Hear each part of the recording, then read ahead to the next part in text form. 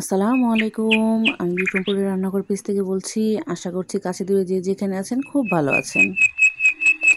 আজকে বানাবো প্রেসার কুকারে ঝটপট গরুর মাংস রান্না। প্রেসার কুকারে রান্না বলে যে অসাধারণ না মজা না তা কিন্তু নয়। আমি যেভাবে রান্না করেছি স্টেপ বাই স্টেপ ফলো করলে অবশ্যই আপনার রান্না খেয়ে বলবে আবার রান্না করো। বিয়েবাড়ির মতো করে রান্না করেছি প্রেসার কুকারে। এখানে 2 কাপ পেঁয়াজ দিয়ে দিয়েছি, 4 চা চামচ হলুদ মরিচ ধনিয়া গুঁড়ো দিয়ে দিয়েছি, 1 টেবিল চামচের একটু বেশি কাঁচা জিরা বাটা দিয়ে দিয়েছি, আদা রসুন বাটা দিয়ে দিয়েছি,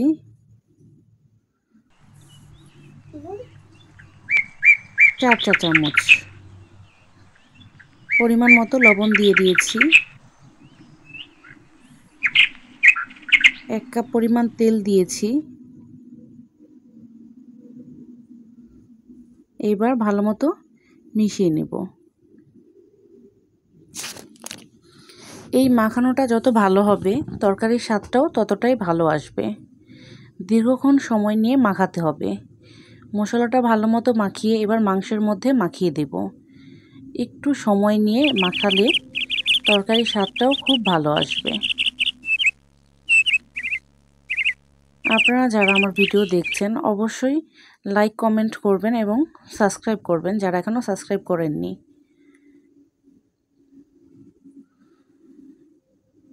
রান্নাটা কিন্তু খুবই মজাদার হবে। বাবুর্চিরা এরকম করে রান্না করে থাকে। তো সময় কম বলে আমি প্রেসার কুকারে ঝটপট বসিয়ে দিয়েছি। এবার সামান্য একটু পানি দিয়ে দেব হাত ধোয়া। এইবার চুলার জাল চালু করে দিয়েছি। ঢাকনা দিয়ে আমি 4টা সিটি দিয়ে নেব।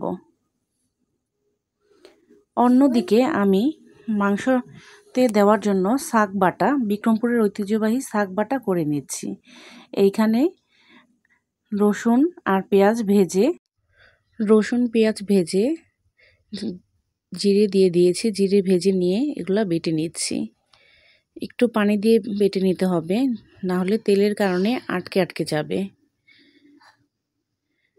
শাক বাটা দিলে তরকারির স্বাদ দ্বিগুণ বেড়ে যায় এবং ঝোলের ঘনত্বটা বৃদ্ধি পায়।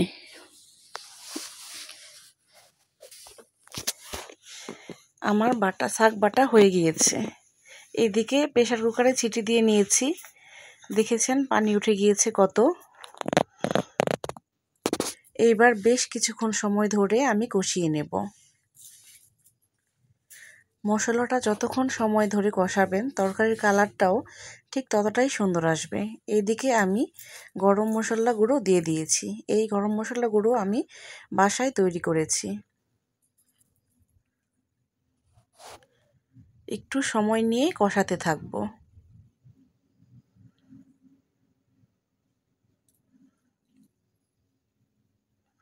দেখেছেন তেল বের হয়ে গিয়েছে।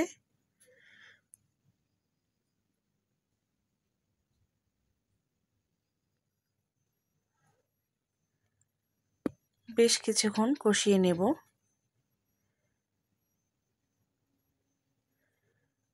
এই পর্যায়ে কিন্তু আমার কষানো শেষ হয়ে যাচ্ছে।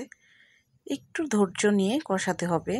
তরকারির স্বাদ যদি বাড়াতে চান তাহলে তরকারিটা একটু সময় ধরে কষাবেন। দেখেছেন কি সুন্দর কালার হয়েছে।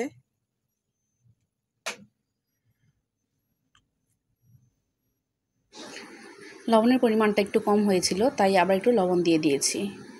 আমার কষানো এই পর্যায়ে শেষ হয়ে গিয়েছে। এই পর্যায়ে আমি কেটে রাখা আলু দিয়ে দেব। আলুগুলো দিয়ে একটু কষিয়ে নেব।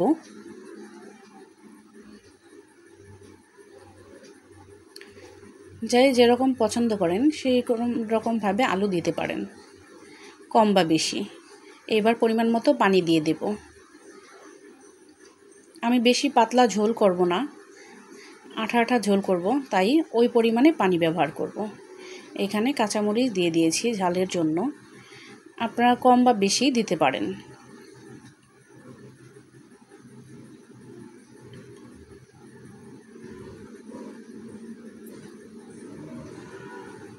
খুবই মজাদার ছিল। এই প্রসেসে যদি এইভাবে রান্না করতে পারেন অবশ্যই নো ফেল, সবাই বলবে খুবই মজাদার হয়েছে।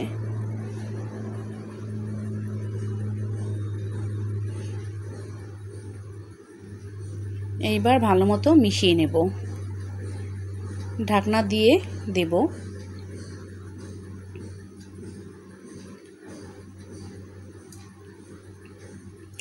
চুলার জাল মিডিয়াম আঁচে দিয়ে দিয়েছি। এইভাবেই বেশ কিছুক্ষণ রান্না করে নেব। আমি 5টা সিটি দিয়ে নেব। দেখেছেন, সিটি দিয়ে দিয়েছে। এইভাবে বেশ কিছুক্ষণ সিটি দেওয়ার পরে চুলার জাল বন্ধ করে হাওয়াটা বের করে নেব। দেখছেন কিভাবে হাওয়া বের করছি, দেখেছেন কি সুন্দর কালার চলে এসেছে, মাশাআল্লাহ।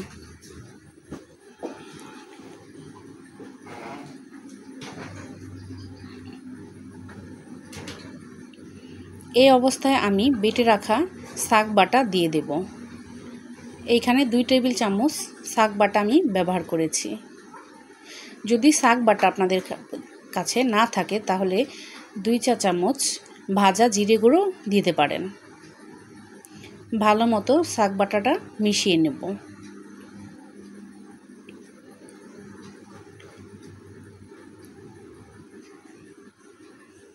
দেখেছেন, আমি কিন্তু এই পর্যায়ে আর ঢাকবো না, এইভাবেই রান্না করে নেব। আলুগুলো সিদ্ধ হয়ে গেছে, মাংসগুলো খুব সুন্দর সিদ্ধ হয়ে গেছে।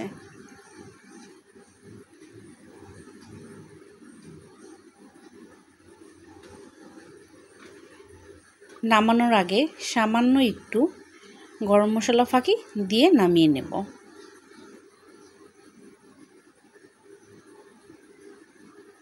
দেখেছেন, নামানোর আগে গরম মশলা ফাঁকিটা দিলে তরকারির ফ্লেভারটা আরও খুব মজাদার হয়। আমার ভিডিও যদি ভালো লাগে অবশ্যই লাইক করবেন, কমেন্ট করবেন এবং সাবস্ক্রাইব করবেন। এরকম আরও নতুন নতুন ভিডিও পেতে সাবস্ক্রাইব করে পাশে থাকবেন, বেল আইকনে